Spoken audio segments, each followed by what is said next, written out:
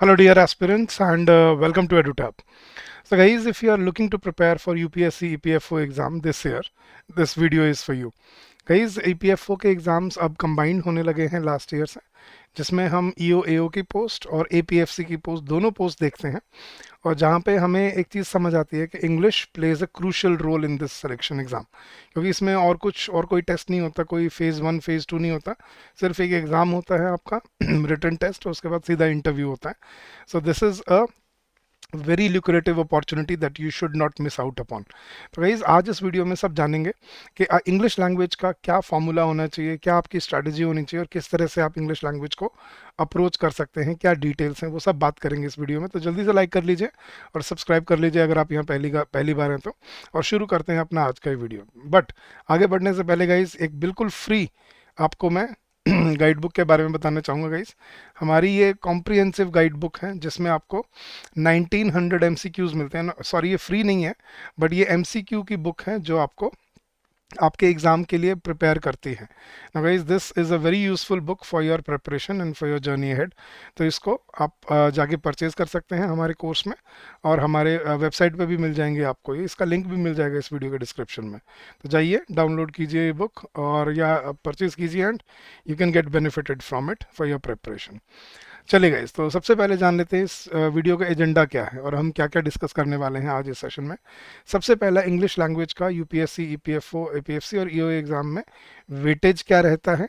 सबसे पहले weightage discuss करेंगे, फिर ऑफिशियल सिलेबस क्या है इंग्लिश का यूपीएससी ईपीएफओ एग्जाम के लिए, फिर टॉपिक वाइज डिकोडेड सिलेबस क्या है, हर टॉपिक कौन सा टॉपिक है जो आपको टारगेट करना है अपने इस एग्जाम के लिए, किस तरह के क्वेश्चंस आपसे पूछे जाते हैं इस एग्जाम में, और क्या डिफिकल्टी लेवल रहता है आपके इस ईपीएफओ एग्ज़ाम में। इंपॉर्टेंट टॉपिक्स कौन से हैं इंग्लिश लैंग्वेज के लिए, वो आपको यहाँ जानने को मिलेंगे। क्या आपकी अप्रोच होनी चाहिए, क्या टिप्स एंड ट्रिक्स हैं इंग्लिश को प्रिपेयर करने की, वो हम डिस्कस करेंगे।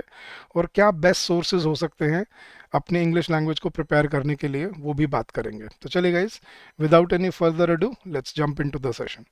तो सबसे पहले बात करते हैं गाइस, वेटेज क्या रहती है आपकी ईओ एओ और एपीएफसी एग्जाम में। गाइस 2023 तक अगर मैं आपको ईयर वाइज ब्रेकअप बताऊं तो गाइस ये देखना, 2002 में जब ये एपीएफसी का एग्जाम हुआ था तो इंग्लिश की वेटेज थी 30 क्वेश्चंस।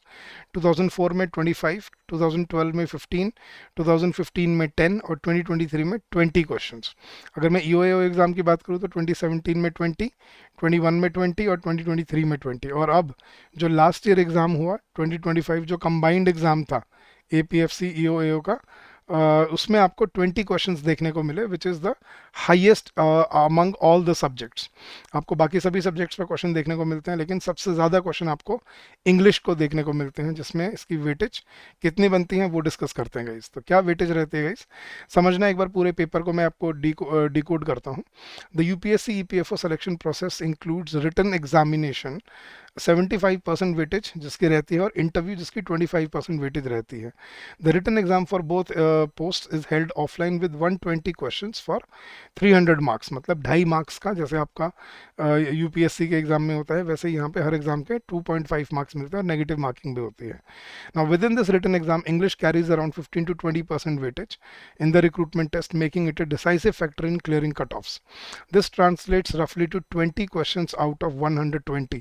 तो 120 में से 20 क्वेश्चन आपके इंग्लिश पे आते हैं, वर्थ 50 मार्क्स, जिसमें हर क्वेश्चन की 2.5 मार्क्स की वेटेज रहती है। अब क्या की स्ट्रक्चर है guys, the exam contains 120 objective type questions carrying 2.5 marks each incorrect answer will attract a penalty of 1/3 mark. ये भी याद रखना, इसमें नेगेटिव मार्किंग होती है, तो आपको याद रखना पड़ेगा, नेगेटिव मार्किंग को ध्यान में रख के चलना पड़ेगा कि हर क्वेश्चन अटेम्प्ट नहीं कर सकते, आपको सेलेक्टिवली क्वेश्चन को टारगेट करना होता है। ठीक है, और ये एग्ज़ाम दोनों 2 घंटे का होता है, जो दोनों इंग्लिश और हिंदी लैंग्वेज में होता है। बट क्या इंग्लिश का पेपर भी हिंदी में होता है? नहीं guys, the English language section is an exception. All other sections are available bilingually in English and Hindi, but the English section is only in English. तो इंग्लिश को आपको इंग्लिश में ही प्रिपेयर करना पड़ेगा, और उसको प्रिपेयर करने का क्या तरीका है वो अब हम डिस्कस करने वाले हैं। चलिए, तो भाई सबसे पहले ऑफिशियल सिलेबस क्या है जो उन्होंने आपको ऑफिशियल उसमें मेंशन किया होता है। उन्होंने कुछ 10 टॉपिक मेंशन किए होते हैं गाइस। एरर डिटेक्शन जो ग्रामर पे बेस्ड है, कॉम्प्लेक्स प्रीपोजिशंस, सिनोनिम्स, एंटोनिम्स जो वोकेबलरी का हिस्सा है, idioms and phrases, phrasal verbs again आपकी वोकेबलरी में आता है, sentence improvement this is based on grammar, rearrangement और पैराजम्बल्स एंड रीडिंग कॉम्प्रिहेंशन। तो इन्हीं चीज़ों पे बेस्ड आपको क्वेश्चन देखने को मिलते हैं। और किस टाइप के क्वेश्चन मिलते हैं गाइस वो भी हम बात करेंगे कि आपको मान लो कि फ्रेजल वर्ब पे क्वेश्चन आते हैं तो कैसे आते हैं, इडियम फ्रेजेस पे क्वेश्चन आते हैं तो कैसे आते हैं, कॉम्प्रिहेंशन पे क्वेश्चन रहते हैं तो किस तरह के रहते हैं, वो भी आपको अब समझना पड़ेगा। ठीक है। अब लेकिन उससे पहले एक बार टॉपिक वाइज ब्रेकअप समझ लीजिए इंग्लिश लैंग्वेज का कि टॉपिक वाइज हमें क्या समझना है। Guys there are basically 24 topics to cover. ठीक है। अब वो कौन से हैं गाइस? पहले 15 टॉपिक्स जो हैं वो आते हैं आपके ग्रामर के अंडर। ठीक है। जिसको हम बोल सकते हैं आपकी ग्रामर की अंडरस्टैंडिंग, क्योंकि इसमें कोई श्योरिटी नहीं है कि किस टॉपिक से क्वेश्चन आएगा इस साल। पिछले साल किसी और टॉपिक पे पूछ लिए, इस साल किसी और टॉपिक पे पूछ लिए।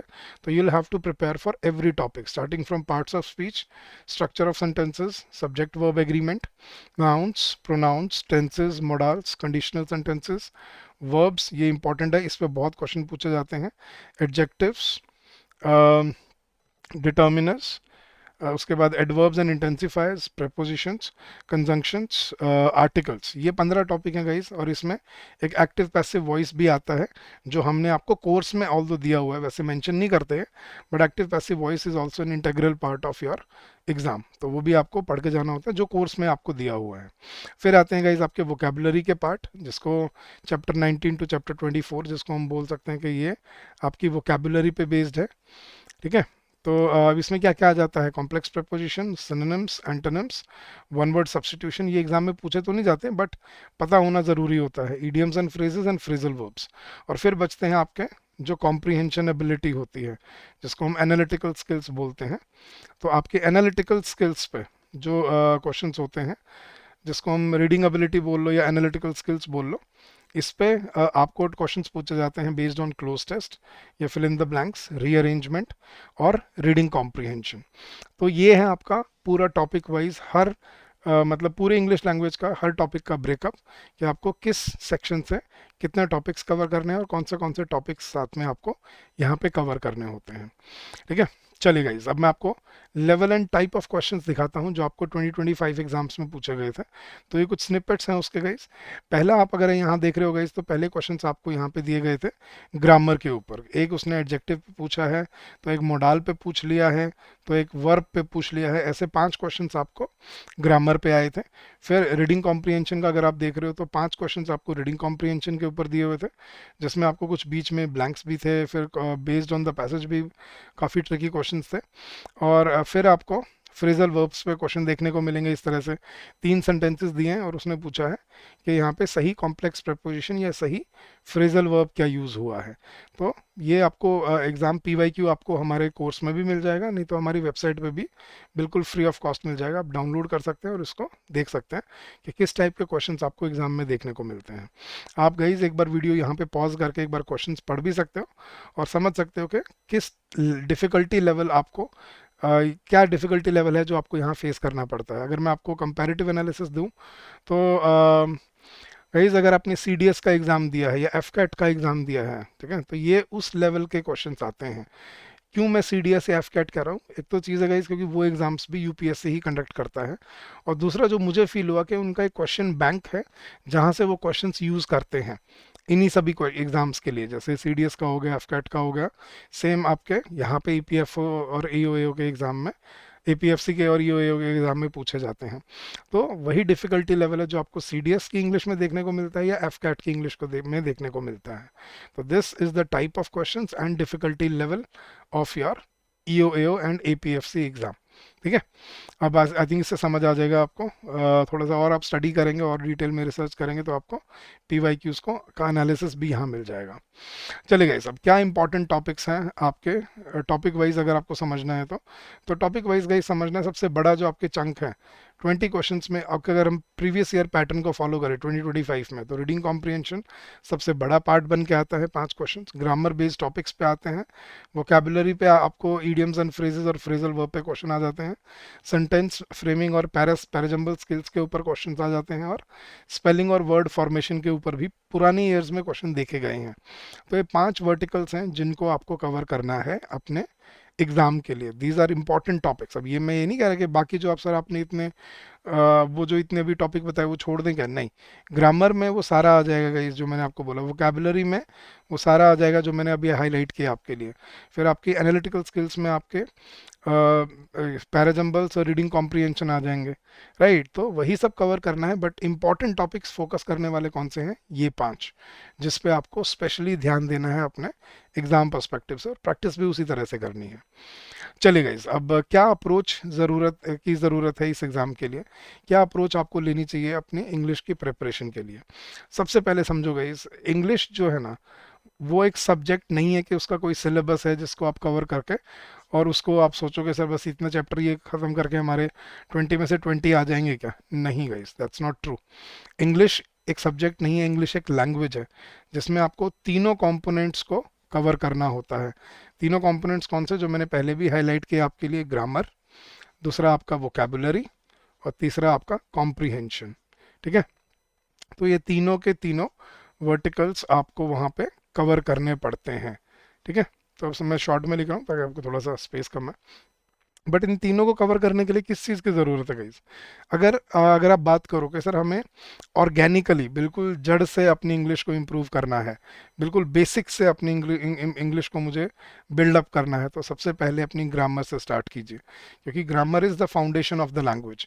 इसके बिना आपको कभी कॉन्फिडेंस नहीं आएगा कि आप जो बोल रहे हो या जो लिख रहे हो या जो क्वेश्चन आंसर कर रहे हो वो ठीक है या गलत है। तो बेसिक ग्रामर आपकी अच्छी होना बहुत ज़रूरी है, और इसीलिए हमने बहुत डिटेल्ड में जाके आपको ग्रामर के कॉन्सेप्ट सिखाए हैं अपने कोर्स के अंदर। तो सबसे पहले start from the very basics.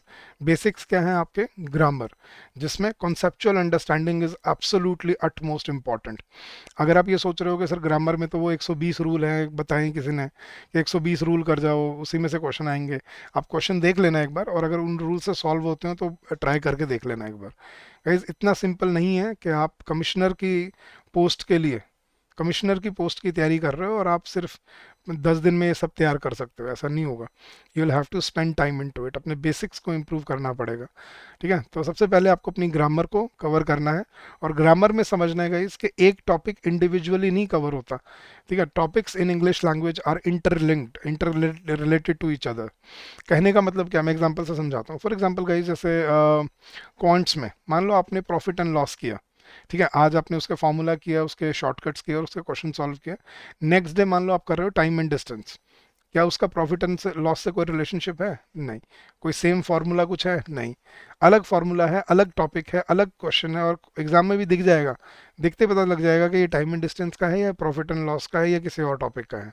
लेकिन इंग्लिश में ऐसा नहीं होता। इंग्लिश में आपने जो डे 1 पे पढ़ा वो आपके डे 2 पे काम आएगा, मतलब नेक्स्ट चैप्टर में जो आपने डे 1 और डे 2 पे पढ़ा वो डे 3 पे, मतलब चैप्टर नंबर 3 पे, फिर ऐसे ही करके जो डे 1 2 3 पे पढ़ा वो चैप्टर 4 में, और पूरी कॉन्टिन्यूटी बनती है, लिंकेज बनती है। और जब आप सारे चैप्टर खत्म कर लेते हो, फिर जाके वो कॉन्फिडेंस आता है कि अब हम पूरे सेंटेंस में हर कॉन्सेप्ट जो हमने सीखा है उसको अप्लाई कर पाएंगे और समझ पाएंगे कि क्या ठीक है और क्या गलत है यहाँ पर। तो ये है ग्रामर को कवर करने का तरीका। तो start from the very basic concepts. ठीक है, बिल्कुल बेसिक पार्ट्स ऑफ स्पीच से स्टार्ट करो अपने टॉपिक्स को, ताकि आप इंग्लिश को ऑर्गेनिकली बिल्डअप कर पाओ। फिर then you move to vocabulary, फिर उसके साथ साथ अपनी वोकेबुलरी कवर करना स्टार्ट करो।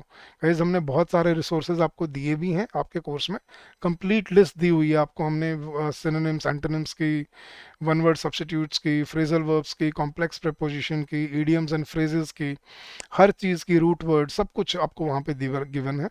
बट अगर आपको और इससे एक्स्ट्रा रिसोर्सेज की ज़रूरत है तो आपको और भी रिसोर्सेज मैं इसी वीडियो के एंड में बताऊँगा।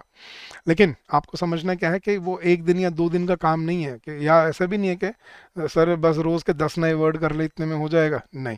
आपको एक बार पूरा कवर करना पड़ेगा और फिर उसको बिट्स एंड पीसेस में बांट के फिर आपको रिवीजन डालनी पड़ेगी। कहने का मतलब क्या है, मान लो आपको 600 वर्ड हैं आपके फ्रेजल वर्ब्स में, ठीक है, 600 फ्रेजल वर्ब्स हैं, तो एक बार आपको पहले स्टार्ट जब करना है तो एक बार उनको पूरी कंटिन्यूटी में पढ़ना है एक एक करके। उसमें चाहे 2 दिन लगे, 4 दिन लगे, 5 दिन लगे, 10 दिन लगे, ठीक है, पूरी कंटिन्यूटी में पढ़ना है उसको।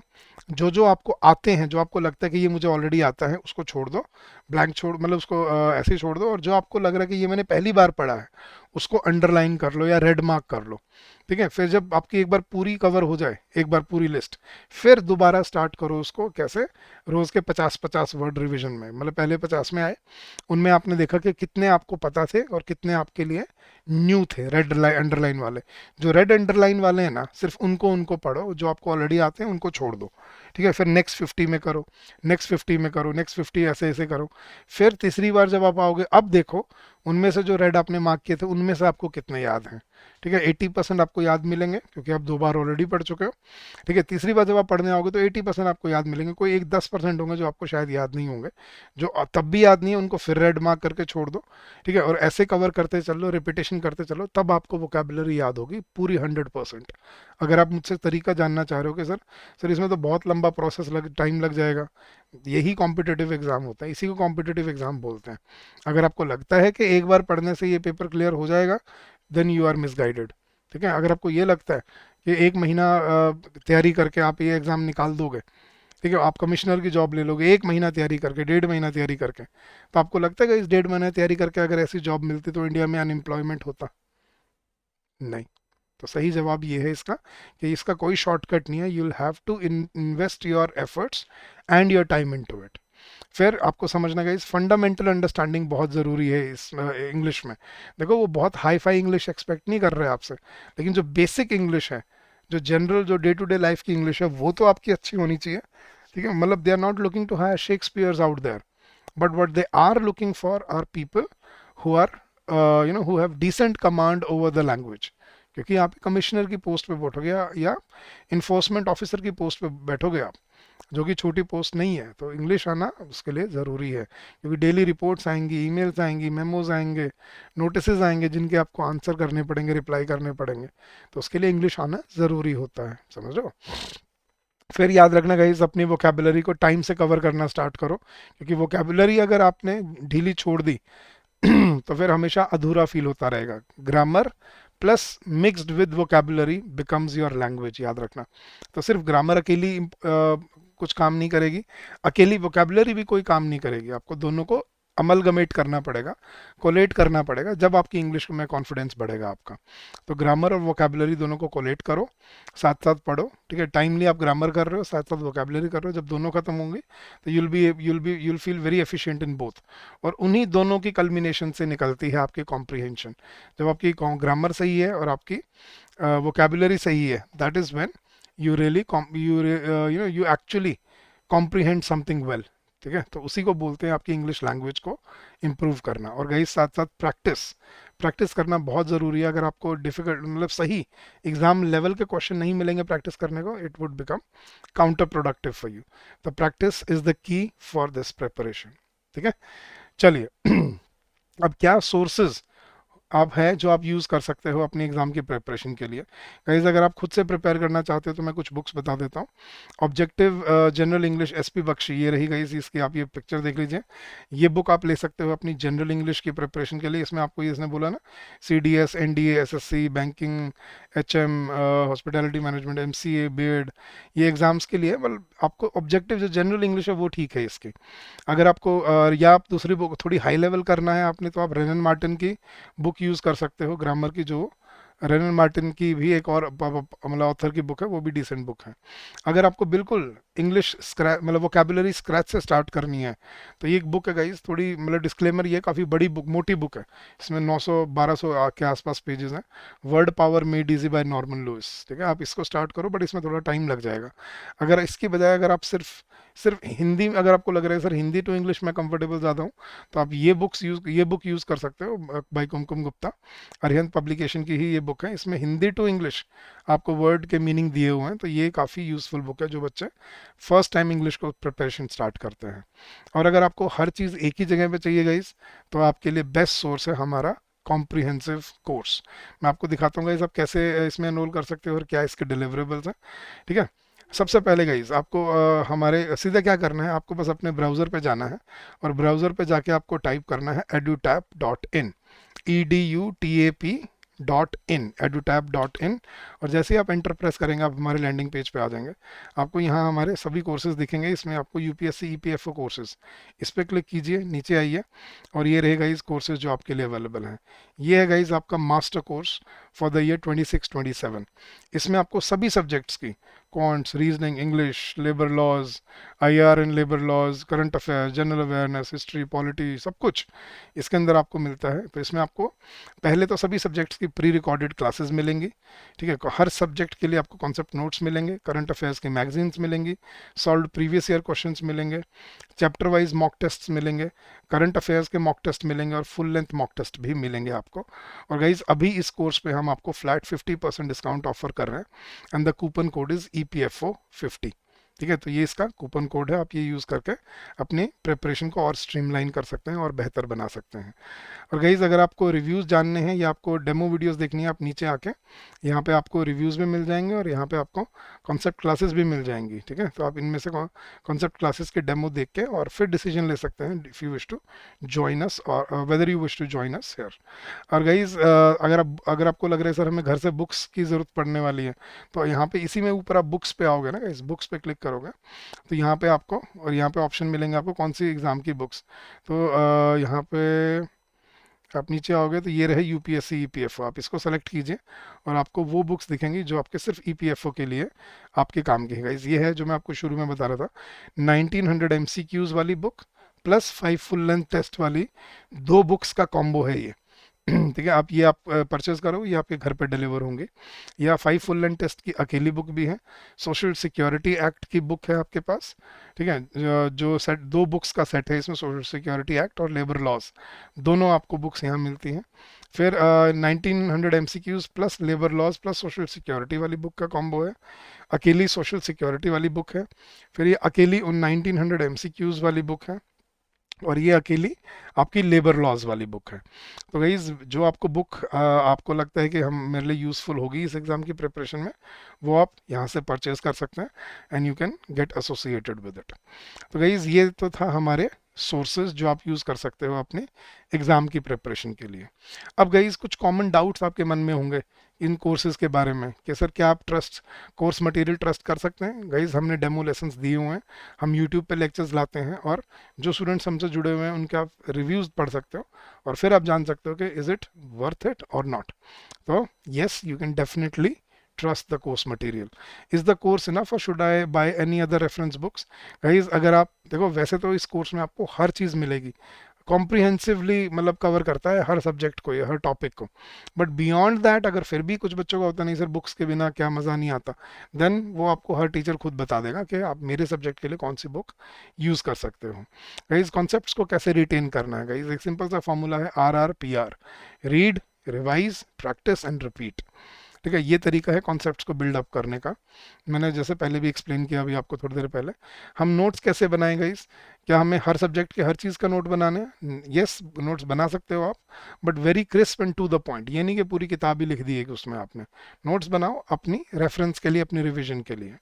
Should I watch every component of the video, मतलब every video of every component? Guys it depends upon your background. अगर आपका लग रहा है आप पहली बार प्रिपेयर कर रहे हो तो yes, you should watch each and every video of the component and practice each and every quiz that is given to you in the course itself. ठीक है, बट अगर आपको लग रहा है कि नहीं मेरे को इसमें प्रॉब्लम नहीं आती, I am good at it, तो फिर सिर्फ आप प्रैक्टिस कर सकते हो, फिर आप वीडियो स्किप भी कर सकते हो अगर आपको लगे कि आपका प्रिपरेशन लेवल अच्छा है ऑलरेडी। और guys what is the level of English questions as compare to the examination I am preparing for? जैसे मैंने पहले भी आपको बताया, इट इज सिमिलर टू या CDS SSB एग्जाम या FCAT का जो एग्जाम होता है, क्योंकि यूपीएससी ही वो एग्जाम्स कंडक्ट करता है और मुझे फील होता है कि इनका जो क्वेश्चन पूल है वो कॉमन एक पूल है जहाँ से ये क्वेश्चंस उठाते हैं। तो yes, this is the difficulty level of the exam. तो आप ये वाले एग्जाम देखोगे PYQs इनके, तो आपको आइडिया लग जाएगा कि किस डिफिकल्टी लेवल के क्वेश्चंस आपको देखने को मिलते हैं। अब मैं दिखाता हूँ इस कोर्स के अंदर आपको क्या क्या मिलता है। ठीक है, बस मेरे साथ 2 मिनट और जुड़े रहिएगा, मैं आई जस्ट शो यू कि आपको कोर्स के अंदर क्या क्या डिलीवरेबल्स मिलते हैं। तो जब आप हमारे कोर्स में एनरोल हो जाते हो तो उसके बाद आपको कोर्स में लेट मी शो यू कि आपको कैसे आपको यहाँ पर कोर्स के अंदर क्या क्या डिलीवरेबल्स मिलते हैं। गाइस जैसे ये रहा आपका ये तो क्रैश कोर्स है, मैं मास्टर कोर्स में जाता हूँ। ये रहा गाइस आपका यूपीएससी ईपीएफओ का मास्टर कोर्स। ये मैं आपको जस्ट दिखाने के लिए दिखा रहा हूँ, ये पिछले साल का है वैसे तो, लेकिन आपको डिलीवरेबल सारे सेम मिलेंगे। पहले आपको लाइव क्लासेस मिलती हैं यहाँ पर अपने कोर्स के अंदर, फिर आपको how to start your preparation, notice board कोई अपडेट के लिए, फिर क्वांट्स, इंग्लिश, लॉजिकल रीजनिंग के कोर्सेज हैं, फिर आपके government and constitution of India, Indian culture and heritage and freedom movement, statistics, general science, basics of computers, current affairs. ये आपके सारे सब्जेक्ट्स यहाँ कवर हो जाते हैं।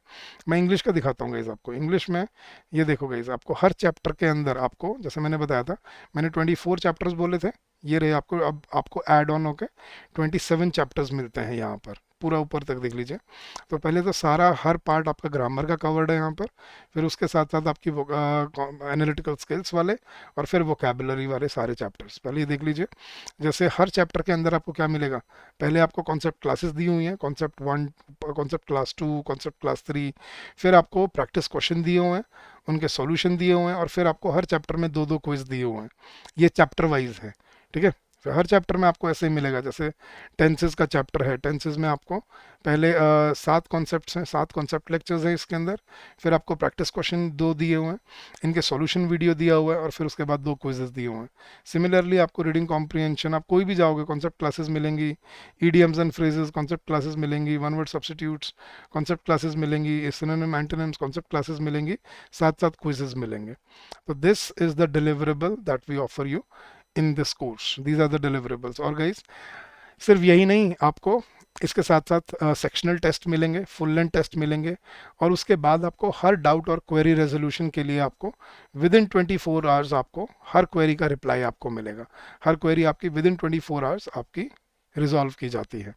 तो गाइज ये है हमारे कोर्स के बारे में, and you can come join us and streamline your preparation for your endeavours. तो चलिए गाइज, आज के सेशन के लिए इतना ही। I hope you have understood के व्हाट इंग्लिश लैंग्वेज इंटेल्स। ठीक है, ऐसे आगे हम और भी डिटेल सेशंस लाते रहेंगे, टॉपिक वाइज भी लाएंगे, प्रैक्टिस के लिए भी लाएंगे, but this is the first and the first step to your preparation, जहाँ पे आपको समझना है कि ये मेरी प्रिपरेशन की जर्नी यहाँ से स्टार्ट होगी। इस तरह से मुझे अपना माइंडसेट बनाना है कि इंग्लिश को एज ए लैंग्वेज कवर करना है, एज अ सब्जेक्ट नहीं। चलिए गाइस, तो आज के लिए इतना ही इस वीडियो में। आई होप आपको समझ आया और पता लगा होगा कि आपको क्या क्या और किस किस चीज़ की ज़रूरत है इस एग्ज़ाम की प्रिपरेशन के लिए। अगर फिर भी आपको कोई डाउट या कोई क्वेरी रह जाएगा, you can always call us on this number during the office hours, which is 8146207241, और you can also drop us an email at hello@edutap.co.in. That's our official email ID. So thank you so much guys. I wish you all the very best for your preparation and for your journey ahead. Keep on working hard, keep on giving your best, and I'm sure you will come out with flying colors. So thank you. All the very best and happy learning to all of you.